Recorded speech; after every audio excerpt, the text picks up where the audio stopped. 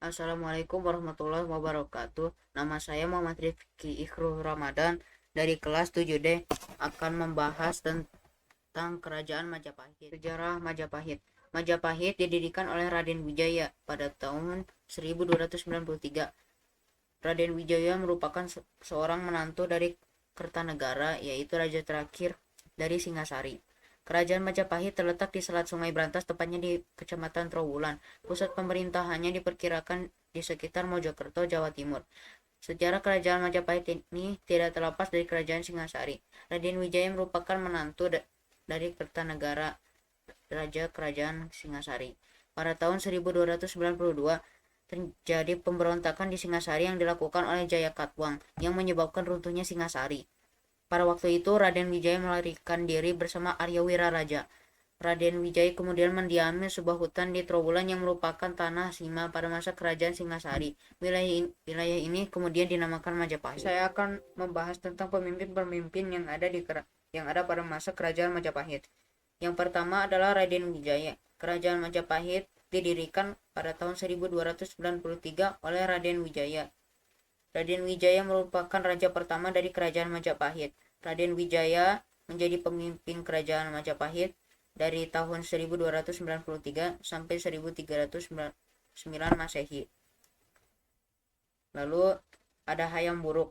Kerajaan Majapahit berada di puncak masa kejayaannya di bawah kepemimpinan Hayam Wuruk. Masa pemerintahan Hayam Wuruk dianggap masa keemasan Kerajaan Majapahit karena pada masa pemerintahannya kedamaian yang lama dinantikan terwujud. Jarang terjadinya konflik kecuali peristiwa Pasun dan Bubat pada tahun 1357. Hayam Wuruk menjadi raja dari tahun 1350 sampai 1389 Masehi. Nah, yang terakhir adalah Prabu Brawijaya V, yaitu raja terakhir dari Kerajaan Majapahit.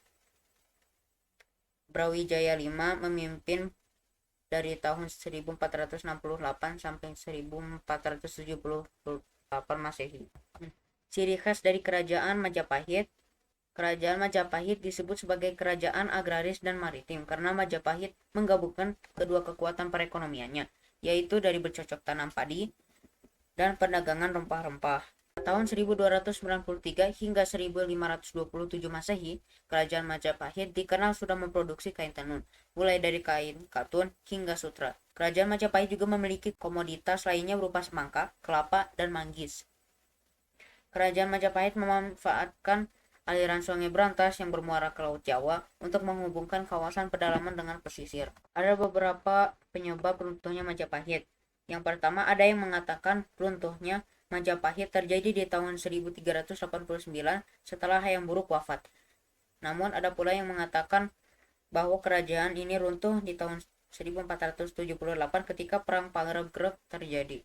Ada pula yang mengatakan Majapahit runtuh ketika diserang Sultan Trenggana pada tahun 1527. Bentuk korupsi yang sering ditemui pada abad ke-13 itu adalah pungutan liar atau sekarang populer dengan sebutan pungli.